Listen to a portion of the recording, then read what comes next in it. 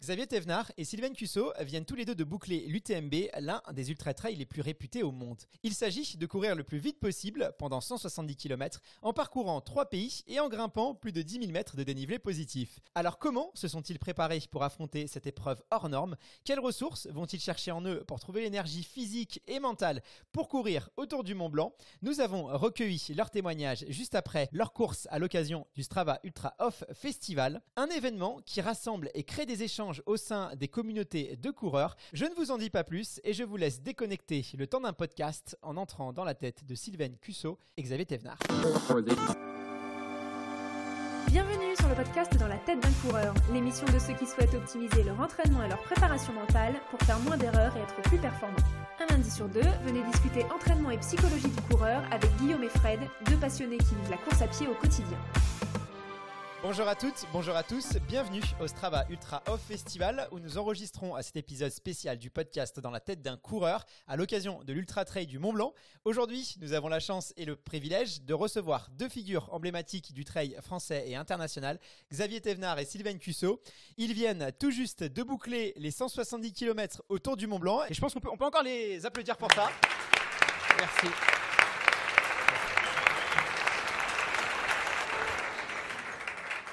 Un grand merci de nous accorder du temps après cette course. J'imagine que vous devez être fatigué. D'ailleurs, la première question que j'ai envie de vous poser, c'est comment ça va après cette épreuve de folie ? Ça va, on est content en tout cas pour mon cas, de boucler la boucle. Hein. Quand on s'engage sur ce genre d'effort, c'est déjà le premier objectif, c'est d'arriver à bon port. Donc je suis pour mon compte satisfait de franchir la ligne d'arrivée. Et puis après, ça va parce que l'objectif est rempli. Et puis on est content d'avoir passé un bon moment dans la montagne. Et puis après, toutes les douleurs extérieures au corps. Et puis ça, on y porte moins attention. Forcément, on a mal de partout. On a mal aux jambes, aux articulations. J'imagine. Mais c'est pas très important. On est content d'être là. Ok. Et oui, toi, Cici ? Disons qu'on a mal aux jambes, mais on l'a bien cherché aussi. Donc, non, c'est des bonnes douleurs. Après, il y a une fatigue générale du corps parce qu'on a passé une nuit blanche, parce qu'on ne dort pas bien après une course comme ça. Moi, ça m'a fait arriver à 2h du matin. Donc, forcément, se coucher après une course comme ça, le corps est pas reposé est pas prêt à s'endormir. Donc, j'ai pas beaucoup dormi. Donc, si on cherche nos mots, il faut pas nous en vouloir. On a tout notre temps. Et nous sommes aussi en compagnie de mon fidèle acolyte. Lui n'a pas gravi les sommets du Mont Blanc, mais je peux vous dire que les fondus savoyardes et que les tartes aux myrtilles de Chamonix n'ont plus aucun secret pour lui. Vous l'avez reconnu, c'est notre bien-aimé Fred, entraîneur du groupe élite au Stade Français Athlétisme et co-animateur du podcast. Fred, comment ça va ? Bonjour Xavier, bonjour Sylvain, bonjour tout le monde. Alors effectivement, j'ai préféré me ménager pour être dans un état de forme optimal afin de recevoir nos prestigieux invités et leur donner quand même une bonne image. Voilà. Merci. Je le disais en introduction, vous venez tous les deux de clore cette édition 2019 qui a réservé plein de surprises avec un suspense haletant. Sylvain, pour toi, c'était ta toute première participation sur l'UTMB. Alors comment ça s'est passé cette première fois ? Alors oui, l'an dernier, j'étais sur la TDS et en 2014, j'avais fait la CCC. Donc j'étais venue sur l'événement, mais c'est vrai que j'avais jamais fait le tour complet. Et cette année, je me sentais prête et puis j'avais l'envie. Donc voilà, j'ai pris le départ. Et j'ai pris le départ préparé. Donc c'est vrai que quand on est préparé physiquement, on est un peu plus en confiance. Donc j'avais comme objectif de terminer en prenant le plus de plaisir possible. Ça a été dur. J'ai connu des moments, des coups de moins bien, donc j'ai essayé de composer avec et on sait qu'en ultra c'est ça, il y a des coups de moins bien, il faut serrer les dents, ça revient. Ça a été long, j'ai serré les dents quelques heures et c'est revenu de temps en temps, mais voilà, ça a été des hauts, des bas. Mais je suis globalement satisfaite du résultat et puis je reviendrai pour essayer de m'améliorer et puis de prendre encore plus de plaisir. Alors Xavier, te concernant, à contrario, c'était déjà ta 4e participation, si on ne considère que le format UTMB. Tu signes ton record personnel sur le parcours. Du coup, satisfait de cette édition 2019 ? Ouais, alors après c'était pas sur ce parcours-là parce qu'il y a déjà eu 2-3 modifications sur l'UTMB parce que des fois il y avait des météos capricieuses donc il a été un peu raccourci. Et là, cette fois, c'était vraiment l'intégrale, le vrai parcours, qui fait 171 km. Donc, je l'avais déjà fait une fois en 2015. Et donc, du coup, j'avais estimé un temps en 21h10. Et là, je fais 21h07. Donc, ouais, au final, les jambes étaient là. J'avais des bonnes sensations. La forme était correcte. J'avais tout simplement quelqu'un devant qui était au-dessus du lot, qui était bien plus fort. Et puis, il a fait une sacrée perf hier, Poképel, vraiment très, très, très solide. Voilà. Et du coup, avant de revenir un peu sur la course et peut-être le duel à distance avec Pau, le trail a cette spécificité que la course peut être grandement impactée par les conditions météo. Tu l'as dit, il y a eu des années, le parcours a dû être raccourci parce que les conditions étaient telles que cela pouvait mettre en danger les coureurs et les coureuses. Donc, il fallait être vigilant. Cette année, à contrario, les conditions, quand en tout cas on est spectateur, on les trouve idéales parce que c'est magnifique, on est sous le soleil pour pouvoir vous encourager. Ouais. Mais vous, comment vous le ressentez? On a vu que tu avais un tour de cou et apparemment c'était pour mettre de la glace, ouais, pour t'aider à te réchauffer. Donc du coup, ces conditions, comment ont-elles conditionné, impacté ta course? Ouais, après on réagit tous différemment aux conditions météo. Il y en a qui préfèrent le très chaud, d'autres plus le très froid. Après, voilà, ça fait partie de la course. Donc c'est soit de trouver des moyens pour pallier les difficultés, d'avoir les bons outils. Moi je sais que les glaçons, ça me fait du bien quand il fait très chaud. J'en mets dans les flasques, dans les gourdes pour refroidir le moteur. J'en mets aussi autour du cou comme j'ai pu le faire là en fin du TMB parce que ça commençait à chauffer un petit peu. Et toutes les choses sont bonnes à prendre. Justement c'est déjà assez dur comme ça, un ultra dans l'effort, dans la durée. Que si on peut s'amener un petit peu de confort avec d'autres moyens, c'est toujours ça de prix parce que voilà, on souffre un peu moins. Et moi je préfère quand il y a des conditions qui sont un peu plus montagnardes, avec de la neige, ça me fait moins peur. S'il pleut, c'est pas très grave, je m'en inquiète pas parce que je suis né un peu avec ces conditions-là. Puis à l'inverse, d'autres, ça va plus perturber. Voilà, il faut ça soit de trouver des bons outils, puis de s'habituer aux conditions. Ouais. Ok, donc en gros les conditions étaient optimales pour nous en tant que spectateurs, mais pas forcément pour toi. Ouais, si, non, franchement, aujourd'hui, hier c'était vraiment une belle édition parce qu'il faisait à la fois beau, mais on n'a jamais eu trop chaud. Puis la nuit, on a pu passer en t-shirt tout le long, il n'y a pas eu des grands froids. Non, c'était frais, et on va dire, et beau. Des conditions comme ça, on en rêverait chaque année, quoi. Parce que c'est vrai que quand on est en bas, on a chaud, mais en altitude, c'est pas la même température, quoi. Donc moi, je trouvais ça idéal. Ouais, c'était idéal, ouais. Bon, parfait. Alors du coup, on voit qu'il y a un plein accord déjà sur les conditions. Vous êtes tous les deux membres de la team ASICS Trail. Vous êtes d'ailleurs partis gravir le mont Fuji, avec également Benoît Girondel qui fait également partie de la team en début d'année. Du coup, alors même si c'est un sport qu'on pratique de manière individuelle avant tout, vous avez ce sentiment d'appartenir à une équipe et fonctionner en team. Et sur une épreuve, Sylvaine, comme l'UTMB, ça se matérialise concrètement comment d'appartenir à une team? C'est vrai qu'on a la chance d'avoir toute une équipe qui nous entoure et qui nous accompagne que ce soit dans la préparation ou même le jour J. Donc Laurent et Cathy Ardito, on a un médecin du team, un ostéo, puis il y a tout le staff d'ASICS aussi. Donc là, on était tous regroupés dans un chalet pour la semaine. Et voilà, on a la chance d'avoir une assistance sur la course. Et ça, c'est précieux, parce que d'avoir quelqu'un qui nous attend sur quelques points qu'on peut retrouver pour se mettre au sec, pour en parler, prendre un peu de fraîcheur, nous mettre du froid sur les jambes. Ça n'a pas de prix et c'est vrai que pour ça, on les remercie. C'est vraiment super important. Et puis, ces moments de vie avant où on échange sur nos sensations, nos impressions, sur nos préparations, sur ces moments de collectivité. Je pense que ça nous renforce et ça nous tire vers le haut. C'est vrai qu'on peut pas dire que c'est un sport individuel quand on voit tout ce qu'il y a autour, en tout cas nous concernant dans le team. Ouais, c'est sûr. Faut bien se mettre en tête que de toute façon, l'ultra endurance, c'est quand même une discipline à part, quoi. C'est pas un effort de 30 minutes, c'est pas un match de foot. Ça sort un peu des cadres et puis la part de mental, elle est aussi importante que le physique. Et c'est vrai d'être dans un univers où on atténue un peu les incertitudes avec un espèce d'effervescence et d'enthousiasme avec une équipe. Et ben, ça crée de l'émulation et derrière, on va sur des courses plus sereins et puis on est au bord du parcours. Ça peut vraiment nous stimuler à voir les proches au sommet de la montagne, avoir des informations. On se sent moins seul et tout ça, ça crée quand même des petites choses au final. On est un peu dans la théorie des gains marginaux. On prend toutes les petites choses et je pense que mis à bout après, ça peut faire des grandes diffs. Ouais. Au-delà de la team, il y a aussi la famille. D'ailleurs, Xavier, on t'a vu courir les premiers kilomètres en compagnie de ton petit frère. Est-ce que c'était aussi important pour toi de partager cet instant ensemble ? Ouais, complètement. On fait souvent des séances de course à pied en commun. Et puis, c'est vrai que de l'avoir à ses côtés sur les premiers kilomètres de la course, ça permet un peu de se détacher de l'épreuve, des enjeux, de la pression. Et puis... ça amène un moment d'apaisement, de leur relaxation, on peut dire. C'est plus calme, plus détendu. Et parce que je sais qu'à chaque fois que quand je vais courir avec JM, c'est pour aller.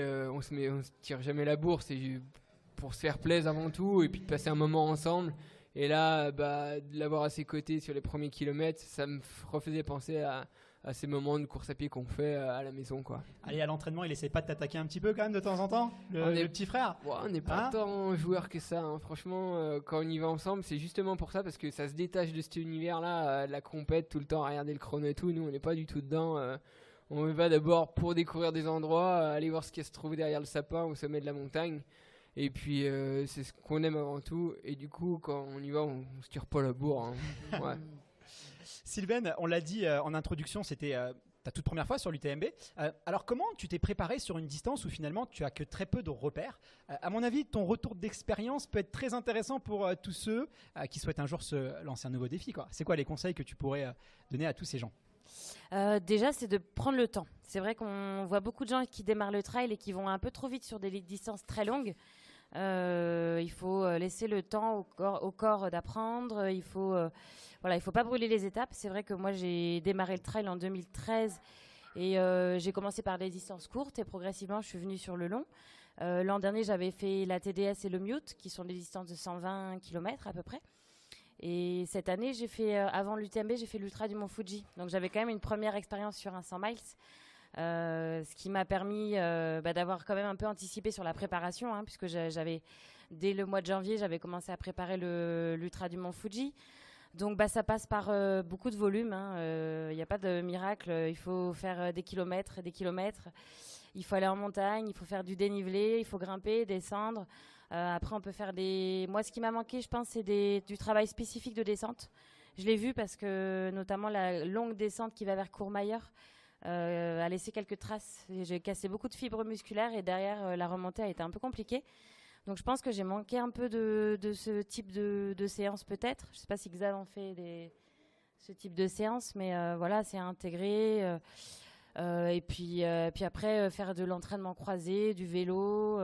Le vélo, ça apporte beaucoup, hein, pour les coureurs et pour les trailers. Et puis voilà, moi j'ai à cœur de garder aussi quelques séances de fractionnés et garder un peu de la qualité. Parce que voilà, j'aime bien aussi pouvoir relancer. Et puis j'aime bien aussi mettre un peu de rythme. Donc j'aime bien me balader en montagne, mais j'aime bien aussi envoyer un petit peu. Donc voilà, c'est beaucoup de variété, mais c'est aussi beaucoup de volume. Et du coup, pour une première comme ça, est-ce que c'est un avantage d'être dans la team où tu as Xavier qui a déjà fait l'UTMB plusieurs fois et qui peut peut-être t'apporter des conseils. On sait que sur le trail, c'est important aussi le parcours, le dénivelé, savoir là où peuvent être les difficultés. Est-ce qu'il y a beaucoup d'échanges à ce niveau-là ou quand même vous restez des athlètes et essayez de vous concentrer sur votre propre course à vous sans forcément se laisser influencer ou perturber entre guillemets par les sensations des autres? Non, c'est sûr que c'est inspirant d'avoir des athlètes comme Xavier ou Benoît dans le team. Après, on est tous très différents et on n'a pas forcément les mêmes méthodes d'entraînement. On n'a pas besoin des mêmes choses non plus.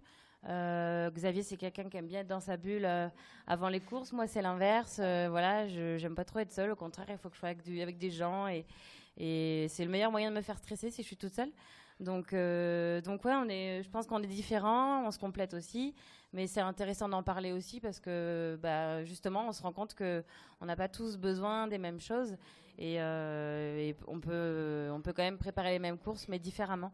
Mais après, non, on en parle beaucoup et c'est justement rigolo parce que il parlait de la météo. Xavier est quelqu'un qui aime bien quand il fait froid et moi j'aime bien quand il fait chaud. Donc, pour une fois, c'est moi qui ai eu la bonne météo. Ouais, l'important, c'est vraiment de trouver son équilibre et ce qui nous correspond. Et puis à ce moment-là, une fois qu'on a bien cerné ce qui nous correspond avant une course, faut pas le perdre de vue. Et puis, faut faire vraiment par rapport à soi parce que si on rompt un peu l'équilibre, derrière, ça peut vite jouer en la défaveur.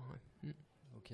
Et Xavier, te concernant, je dirais presque, on a de la chance de t'avoir eu cette année sur l'UTMB parce que originellement, tu devais être présent sur la Hard Rock 100 qui était annulée justement par rapport à des conditions climatiques. Alors, on a tous connu, en tout cas ceux qui courent, que ce soit des trails ou des distances plus courtes sur route ou autre, ce type de situation où on doit au dernier moment annuler une course, soit parce qu'elle est annulée, soit parce qu'on a soi-même une blessure.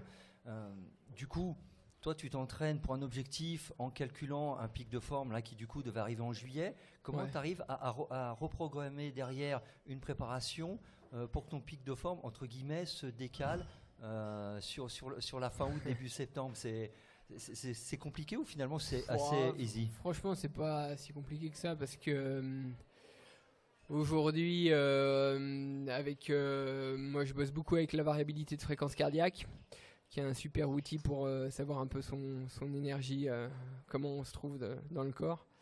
Et avec ça, on se recale un peu tout de suite et puis on déplace un peu les blocs.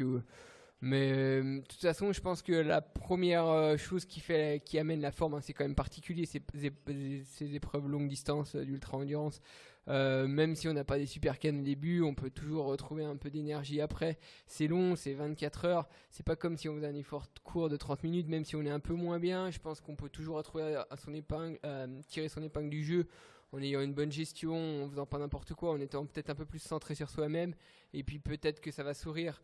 Mais après, il suffit de reprogrammer un petit peu les blocs de préparation, de les décaler et puis faire à la sensation et à l'envie, à mon avis, sur ces épreuves-là d'ultra-endurance. C'est ce qui fait avancer avant tout. Il y a le physique, c'est clair, la préparation physique, mais je pense qu'il y a une part de mental et d'envie qui fait beaucoup de choses. Ouais. Justement, Xavier, là c'est très intéressant parce que je vais prendre vraiment là, ma casquette d'entraîneur parce que ça m'intéresse beaucoup. Sylvaine nous a un peu expliqué comment elle construisait ses entraînements, où elle avait besoin de garder de la qualité. Toi, au final, tu te prépares comment? C'est-à-dire, on a compris qu'il y avait beaucoup de volume. Est-ce que tu gardes des qualités entre guillemets de vitesse? Et tu nous as parlé de la variabilité de fréquence cardiaque.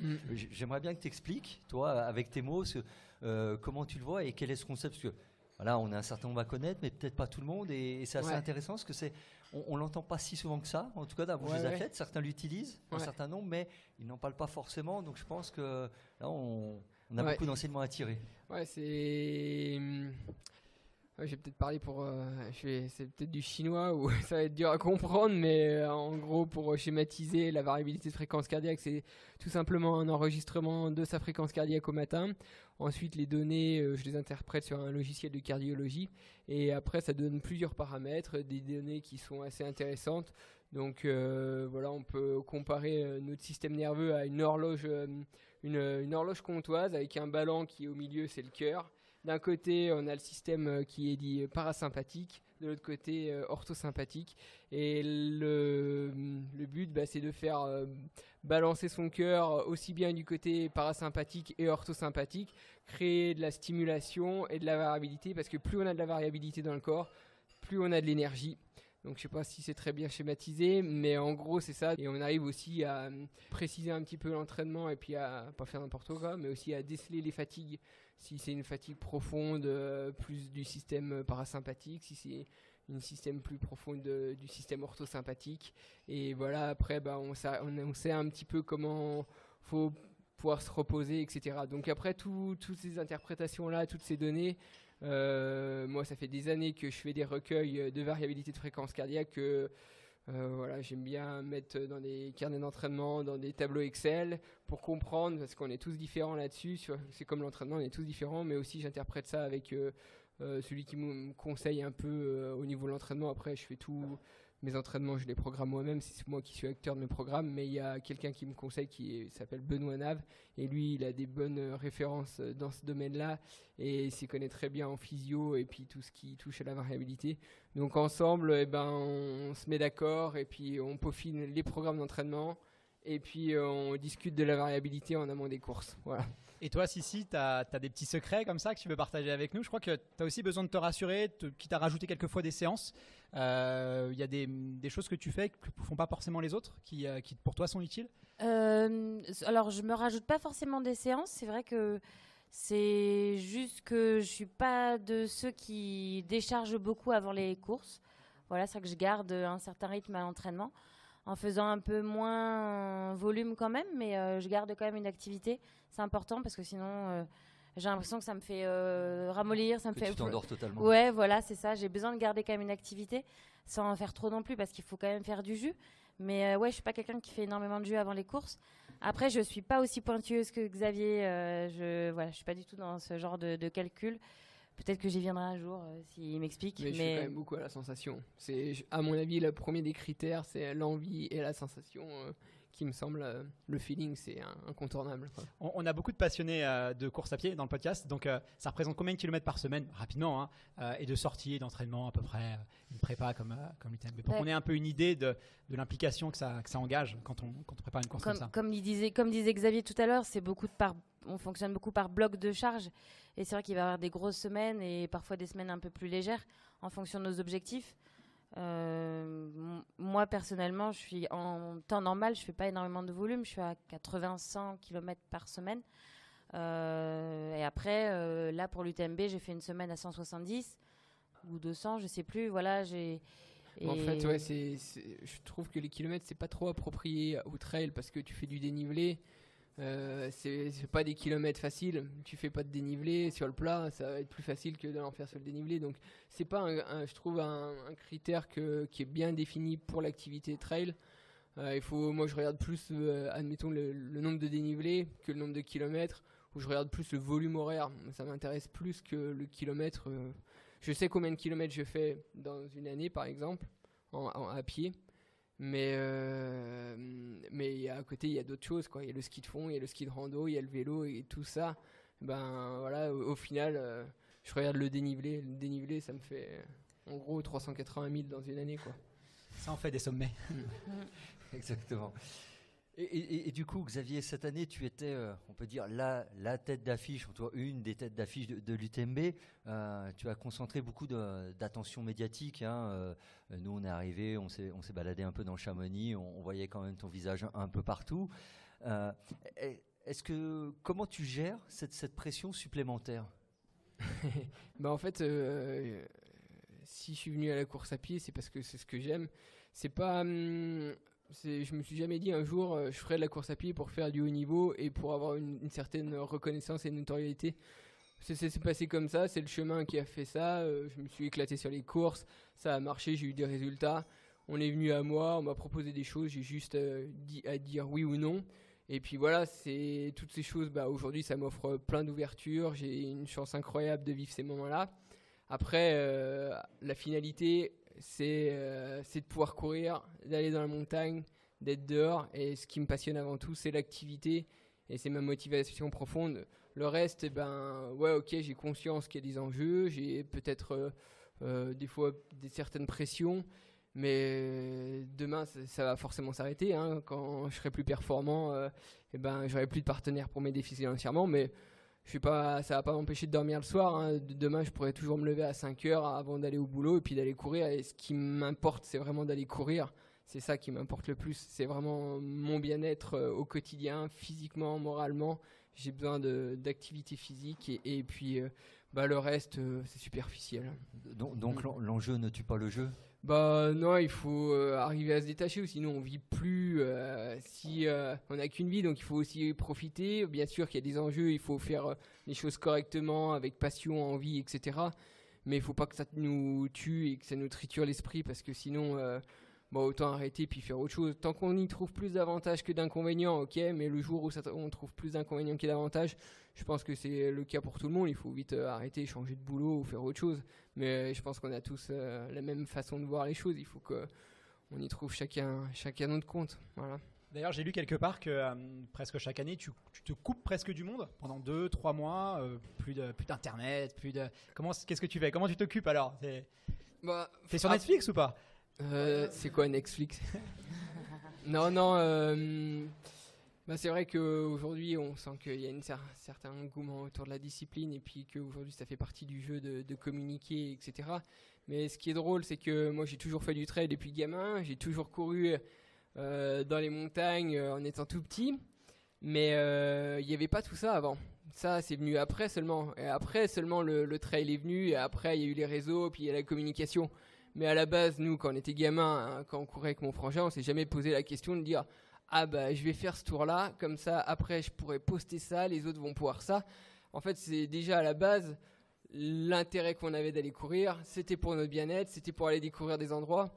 Donc aujourd'hui, en fait, ça n'a pas tellement changé. On fait on fait ça parce que voilà, c'est dans la mouvance actuelle, etc. Mais si demain ça devait s'arrêter, c'est pas trop le souci. Donc c'est vrai que de se couper un peu de tout ça, on le fait pas par obligation, mais c'est parce que un jour il y aura peut-être plus de satellites autour de la Terre et puis plus rien qui va fonctionner, on sera tous perdus. Et puis il faudra bien vivre quand même, et puis on arrêtera d'être sur les smartphones et puis derrière les écrans. Mais qu'est-ce qu'on va faire? On ira dans la nature, ramasser les champignons, aller aux framboises, regarder les animaux qui nous entourent, regarder les petites fleurs. Et puis toutes ces informations-là qu'on a un peu oubliées, elles sont quand même hyper importantes parce que c'est ce qui nous fait vivre. Et c'est la base de la base. Mais c'est vrai qu'aujourd'hui, on est tellement submergé par plein d'infos qu'on oublie l'essentiel.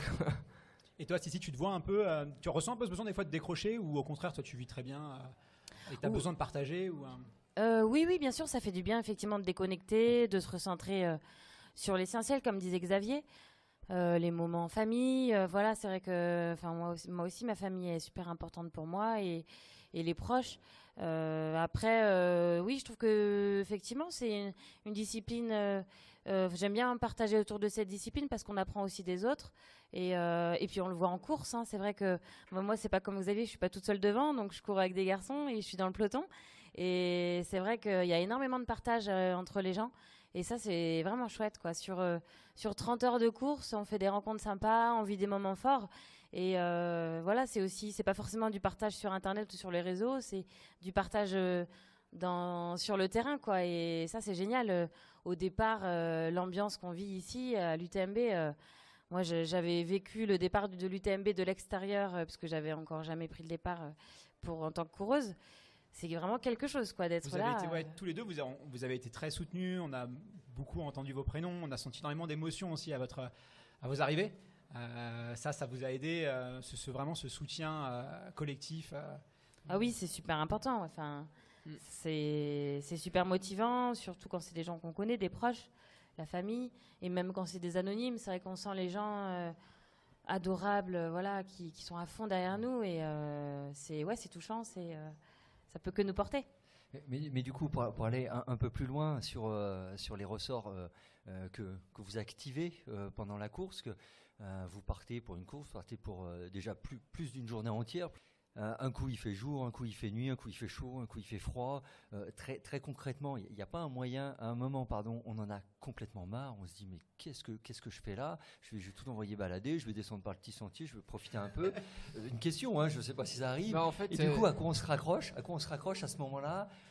Au-delà des gens qui vous encouragent, est-ce qu'il y a un travail que vous faites au préalable, ou c'est un peu inné pour te dire j'y vais quand même? Ouais. Là, tu as bien défini l'ultra, en fait. La nuit, le jour, le froid, les montagnes. Et en fait, on ne voit pas le temps passer parce que c'est tout le temps différent devant nous. Un coup, il fait nuit, une fois, il fait chaud. Et la diversité de ce qu'on a autour de soi, et puis bien sûr, il y a la préparation en amont. Et ce jour-là, on sait qu'on va courir 20 heures, voire plus. Et du coup, si on est prêt mentalement, et à se dire que cette journée, je vais la consacrer uniquement à mon activité et à courir, ça passe beaucoup mieux dans la tête. Et puis, des moments de j'en ai marre, moi, j'ai jamais vécu, franchement. Ça peut être long, mais parce qu'on est dans le dur physiquement, mais des moments où non, j'arrête parce que c'est barbant et puis c'est lassant et puis c'est monotone, jamais. Ouais, j'allais dire, je rebondis sur ce que dit Xavier, sur je suis bien, je suis pas bien. Justement, c'est ça qui est intéressant sur ce genre de discipline, c'est qu'on se fait vraiment surprendre par notre corps. On peut passer d'un moment d'euphorie à un moment où on est au plus mal et on comprend pas pourquoi, mais on est toujours dans une gestion, en train d'essayer de chercher des solutions et c'est ça, on apprend beaucoup sur soi-même en fait. Et je m'en suis rendu compte hier, en fait, on est dans une compétition, mais on est plus dans un combat contre soi-même, plus qu'un combat contre les autres, quoi. C'est vrai qu'on est, quand on n'est pas bien, il faut trouver un moyen d'aller mieux. Donc effectivement, on va essayer de s'entourer de pensées positives. Moi, je mets un peu la musique. C'est vrai que la musique me fait du bien. Et puis voilà, on va essayer de chercher des ressources comme on peut. Et c'est ça qu'on aime aussi, en fait. Mais du coup, dans la préparation en amont, est-ce que vous avez un travail particulier avec un préparateur mental pour peut-être travailler ces phases ou alors finalement c'est votre entraînement au quotidien qui vous permet de vous confronter à ces difficultés et peut-être mieux les appréhender au moment où elles arrivent réellement? Non, on n'a pas de préparateur mental, enfin pas moi, Xavier non plus. Non. Pas de travail de visualisation ou de méditation? Ça, moi je trouve que ça se fait naturellement en fait, à l'entraînement. Sur des bonnes sensations, je vais me remémorer des bonnes images que j'ai pu vivre en course. Ça va décupler un peu la motivation. Je sais à quoi il faut que je pense dans un moment de difficulté ou à quoi penser dans un moment d'euphorie. Et c'est des choses qui se font assez naturellement en fait, j'ai l'impression. Et puis je sais quelles pensées je dois avoir avant une course, pendant les moments difficiles, dans les moments un peu plus faciles. Et puis voilà, après je pense qu'on est tous différents là-dessus. Ouais, l'expérience est importante aussi, je pense, pour ça. Ouais, comme à force de reproduire des courses qui se ressemblent en termes de durée et d'effort, on commence, on s'apprend, on apprend à se connaître et voilà, on sait de quoi on a besoin et même nos proches savent quoi nous dire. Je pense à Laurent qui nous fait l'assistance. Quand il fait l'assistance de Xavier et mon assistance, il n'aura pas forcément le même comportement parce qu'il sait ce dont j'ai besoin et c'est pas forcément la même chose que Xavier. Donc il faut trouver les bons mots et voilà, je pense que le fait de, c'est l'apprentissage, voilà, c'est ça, tout simplement. C'est l'auto-apprentissage même, hein, si j'ai bien compris. Mais du coup, Xavier, comment tu gères parce que là, on a bien compris, on est face à soi-même, mais à un moment, tu es aussi dans un format de compétition. Et par exemple, sur cette édition-là, à un moment, on voyait bien avec Pao, tu revenais sur lui, l'écart se recreusait. Au moment où tu comprends que finalement l'écart ne sera pas comblé, est-ce que tu n'as pas comme une petite baisse de morale, même temporaire, où tu te dis ça, quand même, j'aurais tant aimé, c'est dur, ou finalement tu es tellement content de courir que tu dis bon, voilà, c'est pas si grave? De toute façon, vraiment, il faut, même à niveau peut-être un peu plus soutenu, un peu plus, voilà, on pense qu'on est là pour, je sais pas, quand j'écoute un peu des fois les commentaires qu'on peut me faire, j'ai l'impression que je suis là pour la gang, je suis là pour la compète, etc. Mais vraiment, ma motivation profonde, c'est de courir dans la montagne et c'est ce qui me fait vibrer. Et du coup, avant de partir sur une course, je me dis, voilà, moi, le premier objectif sur une course, on me donne un parcours, c'est de faire la boucle le plus rapidement possible. C'est ce que je me mets dans la tête. Donc, qu'est-ce qu'il faut que je fasse pour courir la boucle le plus rapidement possible? Et puis après, si je vais penser à la manière de courir, je vais penser à ma gestion, je vais penser à mon allure, à mon alimentation, etc. Et derrière, si je fais toutes ces choses-là, peut-être que le résultat, il sera là, il va être pas mal, quoi. Et si je pense trop à la notion de résultat, à me dire il faut que je sois devant dès le début, il faut que je sois avec ce coureur-là parce qu'il est il est rapide sur le plat, etc. Et ben on se perd, on se mélange les pinceaux, on est omnibulé par le fait d'être avec ce coureur qui nous enlève beaucoup d'énergie mentale. Et puis après 15 heures, c'est plus la même course. Après 15 heures de course, on rentre dans un autre truc là, c'est plus le même univers. Et on a du mal après à aller chercher les ressources mentales pour aller se mettre mal et se rentrer dedans. Donc c'est vraiment quelque chose à part et il faut arriver à se dire ouais, je viens d'abord pour faire cette boucle le plus rapidement possible et après je vois où je suis à peu près placé et puis à ce moment-là oui pourquoi pas je vais essayer d'aller chercher un peu plus devant s'il y a des écarts parce que c'est le jeu de la compétition, on est tous des compétiteurs, on aime bien se comparer et puis on aime bien aller chercher un peu devant. Mais ça se fait en 2 temps.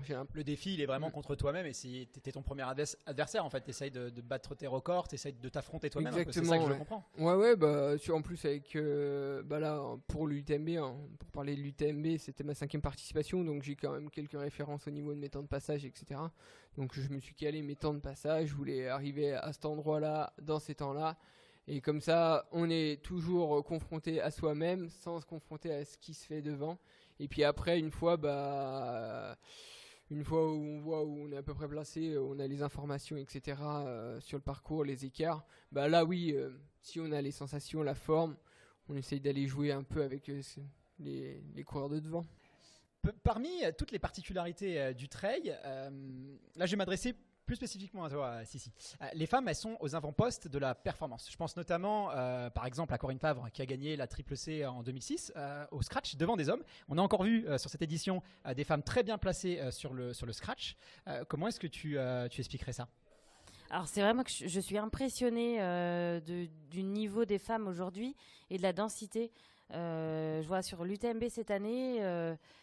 j'ai pas encore bien vu les chronos, mais c'est hyper serré, quoi.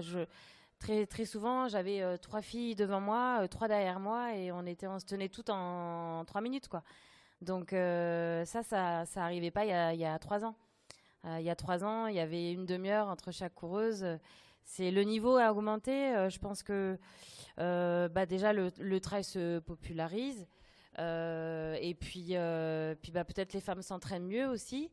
Et on dit beaucoup que les femmes sont plus fortes mentalement. Elles sont un peu fortes de caractère et elles lâchent rien. Et il paraîtrait qu'il y aurait moins de femmes qui abandonnent que d'hommes. Alors l'explication, je sais pas trop, mais c'est vrai que il paraît qu'on est plus endurante. Après, bon, les hommes sont toujours un cran au-dessus de nous, mais aujourd'hui, c'est vrai que le niveau des femmes est impressionnant, est bluffant. Ouais. Xavier, pour revenir un peu plus sur la compétition, tu dis, j'ai lu quelque part et tu l'as pas mal dit, qu'il fallait, sur l'ultra en tout cas, plutôt privilégier la séance de moins que la séance de trop. J'imagine que pour arriver le plus frais sur la ligne de départ, la partie récupération elle doit être primordiale dans ta préparation. Du coup, comment toi tu gères ça ? Est-ce que, je parle vraiment de la partie récup pure, tu as des petites astuces à partager un peu avec tout le monde, parce que j'imagine que... Ouais, tout à l'heure je parlais un peu des gains marginaux, donc c'est vrai que tout ce qui est bon à prendre est bon à prendre. Après chaque séance à la maison, j'essaye de m'accorder un temps à une séance d'étirement, je fais un coup de complexe, un coup de photobiomodulation, le Life Plus, qui est mettre les bas, faire la sieste, toutes ces petites choses là. Tu dors beaucoup ? Je dors correct, quoi, 8 heures on va dire à peu près, donc normal on va dire. Et est-ce que vous allez couper tous les deux là un petit peu, plus courir pendant quelques semaines, ou ça y est, demain on retourne à l'entraînement ? Comment ça va se passer ? Non, pas demain. Après, moi j'apprends.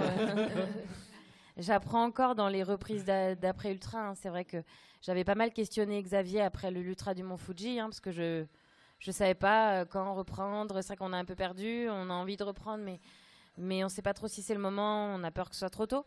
Je pense que la meilleure des choses, c'est de reprendre quand l'envie est là. Souvent, c'est le bon indicateur, c'est quand tu as envie, ça veut dire que tu as récupéré. Enfin, moi, j'ai fonctionné comme ça après le Fuji et ça a bien marché. Là, ouais. Mais le problème, c'est que quand tu as tout le temps envie, c'est ça le problème. mais du coup, concrètement, des objectifs pour vous deux sont déjà fixés sur cette fin d'année, ou pour l'instant vous attendez quand même de voir comment vous récupérez de votre épreuve ?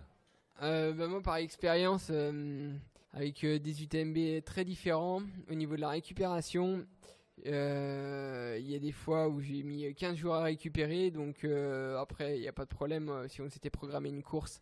Après, on peut repartir sur un bloc de préparation, puis ensuite de récupération pour pouvoir courir. Mais il m'est arrivé une fois en 2017 d'avoir programmé la Diagonale des Fous, et puis à La Réunion, et je suis arrivé le jour de la course, la veille, je lui dis là je prends pas le départ parce que sinon l'année prochaine je cours pas, j'étais encore fatigué de l'UTMB, et maintenant je me suis dit par expérience, après l'UTMB, je programme plus rien. Ça dépendra de la récupération. Et si je vois que mon corps réagit bien, je reprogramme une course. Et sinon, je reprogramme rien. Ça dépendra de comment ça se passe. Voilà. Les récupérations d'un ultra à un autre sont vraiment différentes, je trouve, au niveau de l'intensité de ce qu'on a pu vivre pendant l'événement. Ça peut être quitte ou double, quoi. En 15 jours, très bien récupéré, retrouver de l'énergie. Et par expérience, dans le plus long des cas, j'ai mis 4 mois avant de retrouver une énergie dans le corps. Et là, c'est long. Il faut prendre son mal en patience. Ça ne nous empêche pas de rien faire. On peut aller faire du vélo, puis de la course à pied ou du ski. Seulement, on avance à l'heure d'une grand-mère, quoi. Une grand-mère qui avance vite quand même, hein. Je pense que vous concernant. Ouais, je suis pas sûr. Des fois, ça peut être bluffant, hein. Franchement. Il y a une course qui vous fait rêver. Un jour, vous voulez vous lancer un défi, quelque chose que vraiment à la fin, il faut l'avoir fait. Moi, personnellement, non. Il y a des courses que j'aimerais découvrir, mais je peux pas dire que j'ai une course de rêve. Voilà, il y en a tellement maintenant dans le monde entier que c'est dommage de rester fixé sur une seule. Mais je pense que quand on en a fait une, c'est bien d'aller en voir d'autres et d'aller découvrir le monde. On fait un sport qui nous permet aussi de voyager, de découvrir des super beaux endroits. Donc si on a la chance de le faire, c'est bien. Je sais ce que va dire Xav, qu'il faut pas trop prendre l'avion parce que. Ah non, j'ai pas. On n'est pas du tout exemplaire dans tout ça. Toi, Xavier, qui a déjà fait un certain nombre d'ultra, il y a comme Sylvain, t'as pas forcément de course qui te fait rêver, ou t'en as quand même quelques-unes qui... C'est vrai que quand on connaît pas, on peut pas savoir vraiment s'il y a des beaux endroits dans le monde qui sont magnifiques, et pourquoi pas, il n'y a pas forcément des courses, mais je trouve que par exemple une course comme la Hard Rock aux États-Unis, elle est vraiment chouette, et puis j'ai envie d'y retourner, mais avant que je la connaisse, je savais pas à quoi m'attendre, et aujourd'hui, cette course, j'ai envie d'y retourner parce que l'univers est magique. Mais après, j'ai des idées plus pas des défis, mais des traversées qui me font rêver, perso, construits par moi-même, des itinéraires. J'aimerais bien faire ça, ou s'amuser avec le relief, ou avec en multisport, pourquoi pas. Mais pourquoi pas faire l'UTMB dans l'autre sens, ça me plairait. Du coup, parlons de l'UTMB, parce que c'est une compétition qui part de France, qui arrive en France, c'est un peu un des sommets du trail au niveau mondial. Et vous, en tant que Français, est-ce que quand même le fait de venir ici ne représente pas quelque chose de particulier, ou finalement c'est une grande course parmi d'autres? Je pense que dans le milieu de l'ultra, c'est quand même dans l'ultra trail, c'est quand même la plus cotée. Quand on voit l'engouement aujourd'hui à Chamonix, sur le week-end, le nombre de nations qu'il y a au départ, le nombre de personnes qui veulent s'inscrire, etc. On sent bien que c'est un bel et gros événement qui est bien réputé dans le monde. Après, c'est surtout grâce à la montagne qui se trouve derrière nous. Je pense que n'importe quel organisateur aurait eu cette idée-là de faire ce tour du Mont Blanc en compétition, ça aurait marché, parce que c'est surtout le Mont Blanc qui est reconnu à l'échelle mondiale. Et puis aussi la particularité de ces courses, c'est qu'on traverse 3 pays, et puis ça c'est aussi unique. Et toutes ces choses-là, ça fait que c'est le plus gros événement dans le trail, dans l'ultra trail en tout cas. Et puis je pense que ça le restera encore un long moment, et c'est vrai que nous, cette chance qu'on a, c'est d'être à proximité de l'échelle de la France, c'est pas très grand, on est assez près de Chamonix et puis du Mont Blanc, donc après ça joue en notre faveur, parce que justement il y a un public français, et puis on a beaucoup d'encouragement, quoi. Xavier, on finit toujours nos interviews par cette question. Si tu pouvais revenir 15 ans en arrière, quel conseil tu donnerais au petit Xavier de 12-13 ans? Un petit conseil? Un petit conseil. Si tu pouvais revenir, t'es une machine à remonter le temps, et tu peux donner un conseil à ton toi de 10-11 ans. Qu'est-ce que tu lui dirais? Débrancher les écrans pour aller dehors. Non, je sais pas. Ça dépend dans l'environnement dans lequel on vit, en fait. Je sais pas si on a un cadre qui se prête dehors pour s'amuser dans la nature, pas hésiter à jouer avec les éléments de la nature pour se trouver vraiment ce qui nous correspond. Voilà, j'ai pas un conseil plus précis, ou je sais pas. C'est personnel, hein, c'est ouais. J'ai pas trop compris, en fait.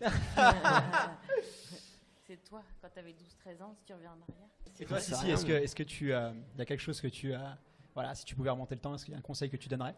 C'est vrai que c'est une drôle de question, parce que la vie, c'est on prend des chemins, on prend une direction, et des fois, on a 2 chemins possibles, on en choisit un. C'est quand, par exemple, on choisit un travail, quand on a 2 possibilités, Voilà, et si on a pris les chemins qu'on a pris aujourd'hui, c'est qu'on a semblé que c'était les bons. Donc, c'est compliqué de se dire est-ce que j'aurais fait différemment, et est-ce que je me serais donné un autre conseil. Non, suivre ses envies, peut-être, suivre ses envies et garder vraiment la notion de plaisir. Et c'est parce que je pense que c'est la base. Ça y est, j'ai compris. Très bien. Tu veux répondre maintenant alors? Pas suivre trop, pas être trop dans les protocoles, ça, parce qu'après ça nous enlève les libertés. Donc c'est bien de vivre ses rêves et de faire comme on a envie, comme dit Sissi. Un grand merci à tous les deux de nous avoir accordé votre temps. On va vous laisser parce que vous avez bientôt la cérémonie protocolaire. Ouais. Donc, profitez de cet instant. Merci beaucoup pour cet échange. Ça a été vraiment un plaisir de pouvoir discuter avec vous deux. Fred, je ne sais pas si tu as quelque chose à rajouter. Je sais que c'est bien conclure. Non, mais je les remercie parce que je sais qu'après une telle épreuve, les sollicitations peuvent être nombreuses. Ils connaissent entre guillemets un peu le jeu, mais c'est pas forcément toujours facile. Donc vraiment, la fatigue est là, j'en ai aucun doute. Et donc vraiment, je les remercie grandement pour ce temps qu'ils nous ont accordé, sincèrement. Merci à vous pour votre accueil.